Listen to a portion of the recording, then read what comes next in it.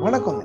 நம்ம எல்லாருமே பயங்கரமான ப்ரெஷர்ஸை அண்டர்கோ பண்ணிக்கிட்டு இருக்கோம். வேலையின் ஸ்தலத்தில், வீட்டில், ரிலேஷன்ஷிப்ஸ்குள்ள பயங்கர ப்ரெஷர்.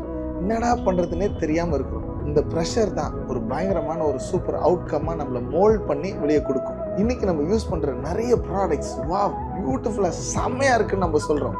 பட் அந்த அவுட்கம் செம்மையாக பியூட்டிஃபுல்லாக வர்றதுக்கு முன்னாடி நிறைய ப்ரெஷரை அதை அண்டர்கோ பண்ணி ஒரு மோல்டுக்குள்ளே தன்னை விட்டு கொடுக்கும்பொழுது தான் இந்த அவுட்கமே சூப்பராக வருது. இன்றைக்கும் நீங்கள் அண்டர்கோ பண்ணுற நிறைய ப்ரெஷர்ஸ், பிரச்சனைகள், சூழ்நிலைகள் எல்லாத்தையும் ஒரு நல்ல ஒரு மோல்டுக்குள்ளே உங்களை அழகாக உருவாக்கிட்டு நிச்சயமாக கொஞ்சம் பொறுமையாக இருந்தீங்கன்னா சூப்பராக பியூட்டிஃபுல்லாக உங்களை கூட பார்த்து சொல்லுவாங்க, வாவ் வேற லெவல் பண்ணின்னு சொல்லுவாங்க. வேதவசனம் சொல்லுகிறது, உங்கள் விசுவாசத்தின் பரீட்சையானது பொறுமையை உண்டாக்கும் என்று அறிந்து அதை மிகுந்த சந்தோஷமாக எண்ணுங்கள்.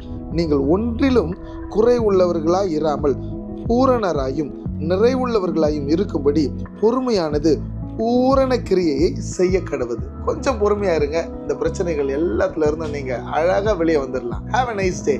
God bless you.